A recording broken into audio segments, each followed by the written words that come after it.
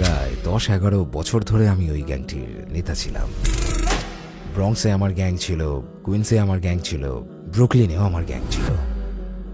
আমি হিংস্র অপরাধ, সশস্ত্র ডাকাতি, গ্যাং যুদ্ধে জড়িত ছিলাম। আমি এমন একজন ব্যক্তি যে আমার পাশাপাশি যদি হেঁটেও যান আমাকে ডাকাতে চাইবে না। আমি ভাবতে শুরু করেছিলাম যে আমি স্রষ্টা। আমি প্রথমেই বলেছিলাম যে আমি কখনো মুসলিম হব না, আমি মাটিতে কখনো আমার মুখ লাগাবো না। একজন মাদক কারবারির ওপর হামলা ও ডাকাতি করেছিলাম। আমি গ্রেপ্তার হই।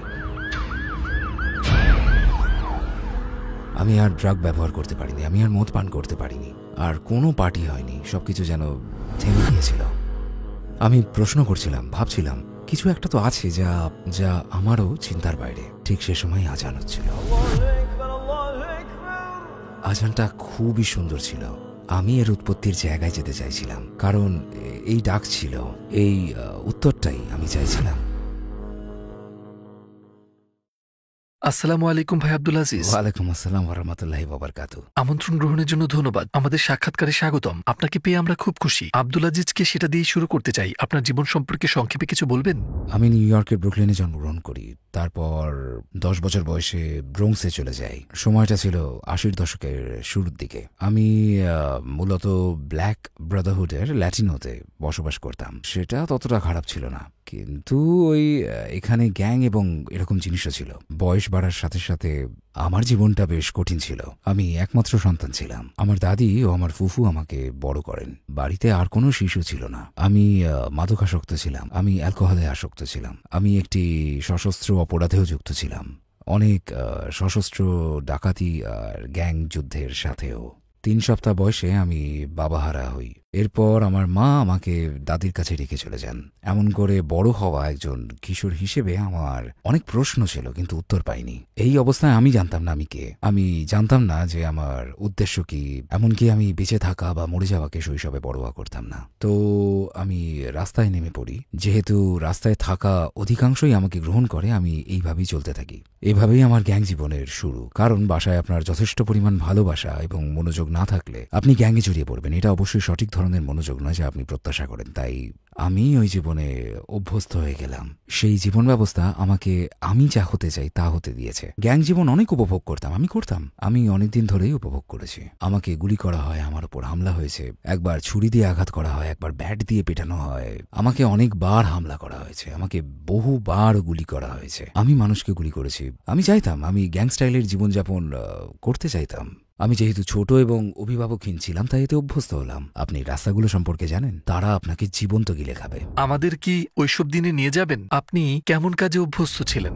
অন্য এক ব্যক্তির আমাকে ভয় পাওয়ার কারণ যাই হোক না কেন, যে কোনো স্থান থেকেই মাদক ব্যবসায়ীকে ডাকাতি করা থেকে গ্যাং সদস্যের গুলি করা পর্যন্ত, ঝগড়ায় জড়িয়ে পড়া, সবসময় ঝগড়া বাঁধানো, আর এর মাধ্যমে প্রমাণ করা যে আমি অন্যদের তুলনায় অধিক উন্মাদ ছিলাম। আমি আমার জীবনের অধিকাংশ সময় এটা প্রমাণে ব্যয় করেছি যে কেন আমার সাথে ঝগড়া করা উচিত নয়। তাই সশস্ত্র ডাকাতি থেকে শুরু করে ড্রাগস বা মাদক কারবারির ডেরায় হানা দেওয়া এবং তাদের ডাকাতি করা, তাদের গুলি করা, তাদেরকেও আপনার উপর গুলি করতে বাধ্য করা, পার্টিতে যাওয়া, বিবাদে জড়িয়ে পড়া, কারণ আপনি ওই গ্যাংকে অপছন্দ করেন, ওই গ্যাং আপনার গ্যাংকে পছন্দ করে না। আপনারা একে অন্যের দিকে দেখছেন, তারপর সেটা গিয়ে দাঁড়ালো গোলাগুলি শুরু করা যাক, অথবা চলো বাইরে চাই লড়তে। বুঝছেনই তো, আগের গ্যাং জীবনটা এমনই ছিল।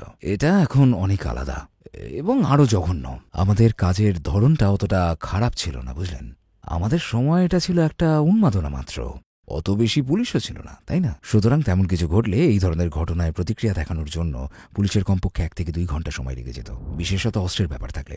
আমি এবং যত বেশি মানুষ এমন করত, এমন ছিল যে তত বেশি মানুষ এ নিয়ে কথা বলতো, অথবা যত বেশি মানুষ এটার উল্লেখ করত, আমি ততই শক্তিশালী অনুভব করতাম, তত বেশি উত্তেজিত হতাম। কারণ আমি তখন ভয়ের আবহ তৈরি করেছিলাম, মানুষের কাছে মূর্তিমান আতঙ্ক হচ্ছিলাম। এবং আমি এমন একজন মানুষ যার পাশাপাশি হেঁটে গেলেও আপনি রাগাতে চাইবেন না। আমি প্রায় 10 থেকে 11 বছর গ্যাংয়ের নেতা ছিলাম। আমার অনেক সদস্য ছিল এবং আমরা অনেক সমস্যা তৈরি করতাম। এই জীবনটাই আমি উপভোগ করতাম, কারণ তখন এই একটা জীবনকেই আমি জানতাম। কারণ ওই সময় আমার জীবনে ধর্মের কোনো গুরুত্ব ছিল না, কারণ আমাকে শেখানো ধর্মকে আমি গ্রহণ করিনি। ব্রঙ্কসে আপনার গ্যাং ছিল? ব্রঙ্কসে আমার গ্যাং ছিল, কুইন্সে আমার গ্যাং ছিল, ব্রুকলিনেও আমার গ্যাং ছিল। বিভিন্ন জায়গায় আমার আলাদা আলাদা লোকজন ছিল। তাই আমার গ্যাং ছিল ব্রুকলিনে, কুইন্সে, ব্রঙ্কসে, ম্যানহাটনে, জার্সিতে, ফিলাডেলফিয়ায়, কানেকটিকাতে, এই সমস্ত জায়গায় আমার সদস্য ছিল যারা আমার ডাকে সাড়া দিত। তারা সকলেই মিটিংয়ে আসতো। আপনার করা কোন কাজটার জন্য আপনি সবচেয়ে বেশি অনুতপ্ত? টুয়ার্ডস ইটারনিটি পরিবারের আপনার সাহায্য প্রয়োজন। আমরা একটা দাতব্য সংস্থা যারা পৃথিবী জুড়ে 10টি ভাষায় ইসলামের বার্তা পৌঁছে দিতে বদ্ধপরিকর। আপনার সহায়তায় আপনি মানুষকে ইসলামের পথে আসতে, হারাম ত্যাগ করতে, সালাত আদায় করতে, হিজাব পড়তে, কোরআন শেখা সহ নানা রকম সাহায্য করতে পারেন এবং এই সব নেক কাজের অংশীদার আপনিও হবেন ইনশাআল্লাহ। টুয়ার্ডস ইটারনিটিতে ডোনেট করুন এবং এই সুবর্ণ সুযোগ হারাবেন না। আপনার করা কোন কাজটার জন্য আপনি সবচেয়ে বেশি অনুতপ্ত? বলতে গেলে এটা এমন একটা বিষয় যে আমি যদি ইসলাম গ্রহণ না করতাম তাহলে এটিই হতো আসল ঘটনা। জানেনই তো যে কোরআনে বলা হয়েছে যে একজন মানুষকে হত্যা করা যেন সমগ্র মানব জাতিকে হত্যার শামিল, আর কোনো মানুষকে বাঁচানো মানে সমগ্র মানব জাতিকে বাঁচানো। তাই মুসলিম হওয়ার আগে আমি মানব জাতিকে ধ্বংস করতে যাচ্ছিলাম। আমি শুধু এটিকে প্রশ্নই করতাম না, বরং আমি আমার স্রষ্টাকেও গালি দিতাম। আউযুবিল্লাহ। এগুলো এসেছে আমার আঘাত থেকেই। আপনাকে নিয়ে খেলার জন্য শয়তান সবসময় আঘাতপ্রাপ্ত, রাগান্বিত হওয়ার সময় কি বেছে নেয়। বিশ্বাসের ভিত্তিতে আপনার জীবন কেমন ছিল? আপনি কিসে বিশ্বাস করতেন? আমি আসলে কোনো কিছুতে বিশ্বাস করতাম না। আমাকে খ্রিস্টবাদের দিকে ঠেলে দেওয়া হয়। আমি কখনোই খ্রিস্টবাদের সাথে মানিয়ে নিতে পারতাম না। এগুলো পুরোপুরি অর্থহীন ছিল আমার কাছে। ঘটনাটা ছিল যে আমার স্রষ্টার সাথে আমার পক্ষে কথা বলার জন্য আমার অন্য একজন মানুষের কাছে প্রার্থনা করতে হতো। তো আমাকে যিশুর কাছে কথা বলতে হবে যাতে স্রষ্টা আমার কথা শোনেন। আমাকে প্রথমে যিশুর কাছে যেতে হবে, যার আসলে কোনো অর্থ হয় না, যে এমন কারোর কাছে প্রার্থনা করা যে পৃথিবীতে ছিল। তিনি আমার মতনই মানুষ ছিলেন এবং মারা গেছেন। তাই এর সাথে আমার দ্বন্দ্ব শুরু হলো। কারণ বিষয়টি এমন যে আমি যদি কোনো ভাইয়ের একটি গাড়ি এখানে পাই তাহলে তার গাড়ির ব্যাপারে কথা বলার জন্য আমাকে আপনার কাছে কেন যেতে হবে? আমি সরাসরি তার সাথে কথা বলতে পারি। আমি সেটাই চাইছিলাম, আর এটারই ঘাটতি ছিল। সুতরাং আমি বিশ্বাস করিনি। যেহেতু আমি এই শিক্ষায় বেড়ে উঠছিলাম এবং এখান থেকে দ্বন্দ্বের উৎপত্তি, যিশু কি স্রষ্টার সন্তান ছিলেন এবং তারপর যিশুই স্রষ্টা, আপনার মত স্থির করতে হবে। যিশু স্রষ্টা, যিশু স্রষ্টার সন্তান, এখানে একটা সমস্যা আছে এবং এগুলোর কোনো অর্থই হয় না। ঘটনা শুধু এইটুকুই নয় যে যিশুই স্রষ্টার পুত্র হওয়ার ব্যাপারটা, এখানে আবার তৃত্ববাদের কথাও রয়েছে, পিতা, সন্তান এবং পবিত্র আত্মা। তো এখন একজন বাবা, একজন সন্তান আছেন, আর এখন বলছেন যে একজন পবিত্র আত্মাও আছে, আর এখানেই দ্বন্দ্বের সূচনা হয়। তাই আমি ধর্মের বিরুদ্ধে প্রচণ্ড পরিমাণে বিদ্রোহ করলাম। এভাবে এমন একটা অবস্থা দাঁড়ালো যে আমি আর স্রষ্টায় বিশ্বাস করতাম না। ভাবতে শুরু করলাম যে আমি স্রষ্টা, এবং বুঝছেনই তো আউযুবিল্লাহ, আমি এমনভাবেই চলছিলাম। অর্থাৎ কোনো স্রষ্টা নেই, আমার চেয়ে বেশি ক্ষমতা আর কারণ নেই। আর এখন আমি বিদ্রোহী, আমি তরুণ, আমি ক্ষুব্ধ। বয়স কত ছিল? আমি সম্ভবত 18-19 বছর বয়সী ছিলাম। আপনার গ্যাং জীবন কি তখনই শুরু হয়েছিল? আমার গ্যাং জীবন শুরু হয় 80-র দশকে। এই ঘটনায় আমরা এখন 90 দশকে শুরুর কথা বলছি। তখন আপনার বয়স কত ছিল? প্রায় 10 বছরের মতন। মা হারা, অর্থাৎ বাসায় বাবা নেই, মা নেই, কোনো পুরুষ রোল মডেল নেই। একসময় আমাকে কোণঠাসা করে ফেলা হয় এবং আমাকে গুলি করা হয়। এটি পাশ দিয়ে চলে যায়। এরপর আরেকবার আরেকজন লোক আসলো এবং আমার দিকে বন্দুক ধরল, আর যখন সে ট্রিগার চাপতে গেল তখন ট্রিগারটা চলল না। সুতরাং হ্যাঁ, আমি অনেক কিছুই দেখেছি। একবার আমার উপর হামলা হয় আর আমাকে হাসপাতালে যেতে হয়। আমাকে অনেকবার ধাওয়া করা হয়েছে যে আমি যদি ধরা পড়তাম তাহলে, তবে সে সময় আমি মরতে একটুও ভীত ছিলাম না। কিন্তু কোনো পথপ্রদর্শক না থাকার কারণে রাস্তার জীবন আমার জীবনে ব্যাপকভাবে প্রভাব ফেলেছিল। আপনাকে সকলে ভয় পেত? হ্যাঁ। কিন্তু এই অনুভূতি কি আপনার জন্য সন্তোষজনক ছিল? সেই সময় এটা সন্তোষজনক ছিল, কিন্তু যখন আপনি ফিরে আসেন এবং রাতে বাসায় একা, আপনি একাকিত্ব অনুভব করেন, শূন্যতা ফিরে আসে, এবং এটাই হলো সকালে উঠে এই শূন্যতাকে ঢাকার জন্য আপনি ওই কাজগুলো আবার করেন। এটা যেন ঠিক পুনর্ভর্তি করার মতো। এটা এমন যে আপনার একটা গাড়ি আছে, আপনার গাড়ির গ্যাস শেষ হলে আপনাকে আবার গ্যাস ভরতে হয়। তাই আমি সারাদিন বিশৃঙ্খলা সৃষ্টি করে বেড়াতাম। রাত আসলে আমার জ্বালানি শেষ হতো। তো এখন আমি কি করব? সকাল আসতে না আসতেই আমি জ্বালানি নেওয়ার জন্য বাইরে যাই এবং নতুন করে সবকিছু শুরু করি। ওই মুহূর্তে বিশৃঙ্খলাকে আমি উপভোগ করতাম। এর মাধ্যমে নিজেকে অস্পর্শনীয় মনে হতো, যেন আপনার কিছুই হবে না, সবাই আপনার কিছু করতে ভয় পাবে। তাই এটা ছিল সন্তোষজনক। ওই সময় দিনের বেলায় এটা অত্যন্ত সন্তোষজনক ছিল, কিন্তু রাতে বুঝতাম যে কিছু একটা ভুল হয়েছে, কিছু একটা ঠিক নেই। এটা একটা সংগ্রাম ছিল। অন্য কথায় আমার আত্মা যেন আমার বিরুদ্ধে যুদ্ধ করছিল। আমি কিছুটা জানতাম যে এটা ভুল ছিল, আমি জানতাম যে কিছু একটা ভুল আছে। আবার ঠিক একই সময় স্রষ্টার উপর আমার বিশ্বাস ছিল না, কারণ আমি ভাবতাম যে স্রষ্টা যদি থাকে, মানে স্রষ্টা থাকলে আমার সাথে এমন হচ্ছে কেন। আমি স্রষ্টার উপর ক্ষুব্ধ ছিলাম। ইসলামে আসার আগে আমি স্রষ্টাকে গালিও দিতাম। আপনি স্রষ্টার উপর কি নিয়ে ক্ষুব্ধ ছিলেন? আমার মা আমার বাবাকে হত্যা করেছে, তো সেখান থেকেই আমার ক্রোধান্বিত হওয়া শুরু। তারপর তিনি শুধু সেটাই করলেন না, বরং উঠে সোজা চলে গেলেন। তিনি উধাও হয়ে গেলেন। আমি পারলাম না। স্রষ্টায় আমার নিশ্চিত অবিশ্বাস তৈরি হলো, কারণ আমি অনুভব করলাম যে স্রষ্টা থাকলে আমার কেন এমন অবস্থা হবে। এবং তারপর কি হলো? আপনি কারাগারে গেলেন।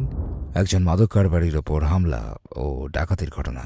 খুব মজার ঘটনা যে আমি যে রাতে গ্রেপ্তার হই ওই রাতেই আমি ইতিমধ্যে সিদ্ধান্ত নিয়েছিলাম যে আমি আত্মহত্যা করব। আমি ইতিমধ্যে সেই পরিকল্পনা করেছিলাম, কারণ আমি বিশ্বাস করতাম না যে জীবনে আর কিছু অবশিষ্ট আছে, আর বেঁচে থাকারও কোনো কারণ ছিল না। একে এখানেই শেষ করলে কি হয়, এমনটাই অনুভব করলাম। আমার জীবনে কোনো উদ্দেশ্য ছিল না। আত্মহত্যা করতে যাওয়ার সম্ভাব্য সময়ের প্রায় 2 ঘন্টা আগে আমি গ্রেপ্তার হই, আর আমি স্বেচ্ছায় যাই তাদের সাথে। আমি স্বেচ্ছায় তাদের সাথে যাচ্ছিলাম মূলত আমার কৃত অপরাধের জন্যই। আর তখন আমি চাইলেও নিজেকে আমি হত্যা করতে পারতাম না, আর আমি মাদক সেবনও করতে পারতাম না, মদ পান করতে পারতাম না, কোনো পার্টি নেই, সবকিছু যেন বন্ধ হয়ে গেছিল।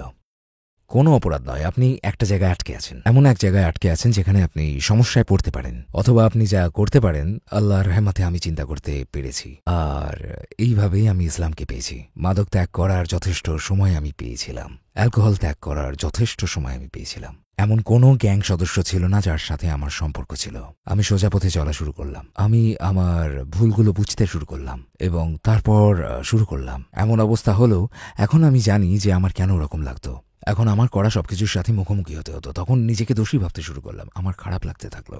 এই বিষয়টা কঠিন ছিল কারণ ওইসব কাজ যা আপনি করতে চান, যা আপনার করা বন্ধ হয়ে গেছে, ঠিক সেখানেই এগুলো থেমে যায়। এখন আমি বলি ওগুলো আল্লাহর রহমত ছিল, কারণ আমার কাছে পিস্তল ছিল, আমার কাছে বুলেট ছিল। কিভাবে করতে হবে তাও আমার জানা ছিল। আমার পরিকল্পনায় ছিল না যে পুলিশ আসবে, দরজায় কড়া নাড়বে এবং আমাকে দরজা খুলতে বলবে। আমাকে ওই দিনই গ্রেপ্তার করা হয় এবং 3 বছর পর্যন্ত আমি আমার বাসা দেখতে পাইনি। এটা এমন একটা অভিজ্ঞতা ছিল যে আমি বলতে পারি আল্লাহকে খুঁজে পাওয়ার জন্য যদি আমাকে আবারও এমন করতে হতো তবে আমি তাই করতাম, কারণ ওই সময় আমি আল্লাহর বাণী শুনতে পাই। এবং এরপর কি আপনি ধীরে ধীরে ইসলামের দিকে এগোতে থাকলেন?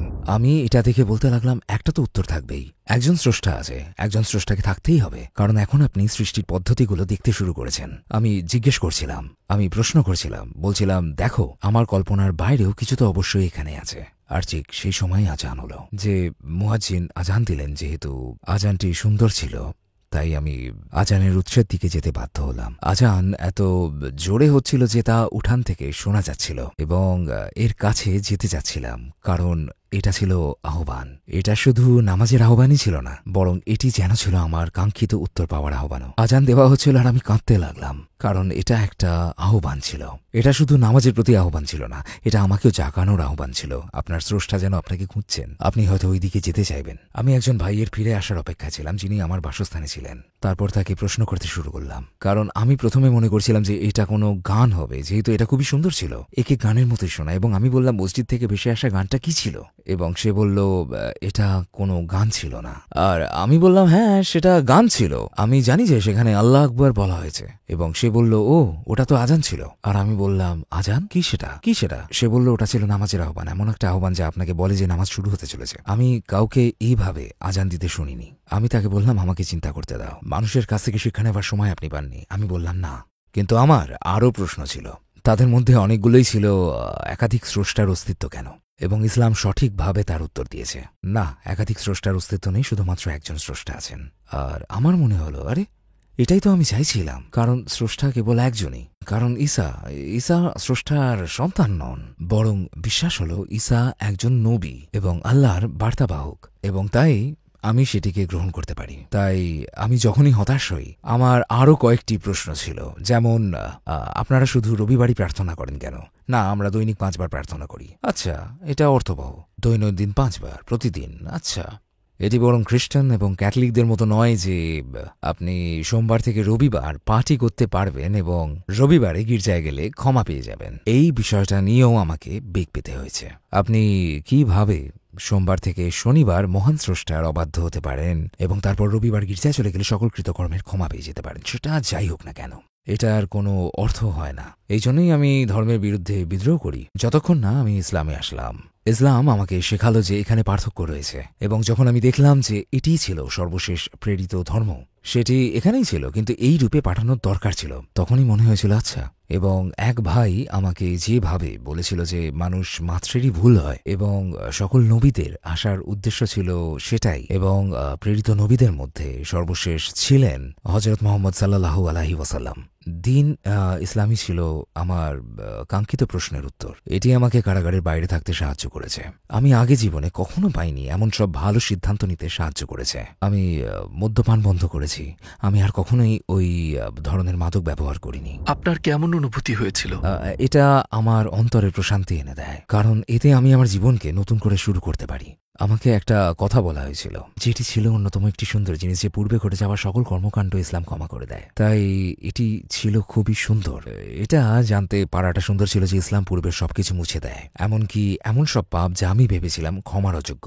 কারণ জানিনি তো, হত্যা ক্ষমার অযোগ্য অপরাধ। কিন্তু ইসলামের পূর্বে, ইসলামে আসার পর আমি দেখতে পেলাম যে মুসলিম হওয়ার আগের আমার করা সব ধরনের অপরাধের ক্ষমা আছে, এবং আমি মসজিদ যেতে শুরু করলাম, এবং তখন থেকে আলহামদুলিল্লাহ আমি সঠিকভাবে ইসলাম গ্রহণ করি। আমাকে আবার শাহাদা পড়ানো হয়।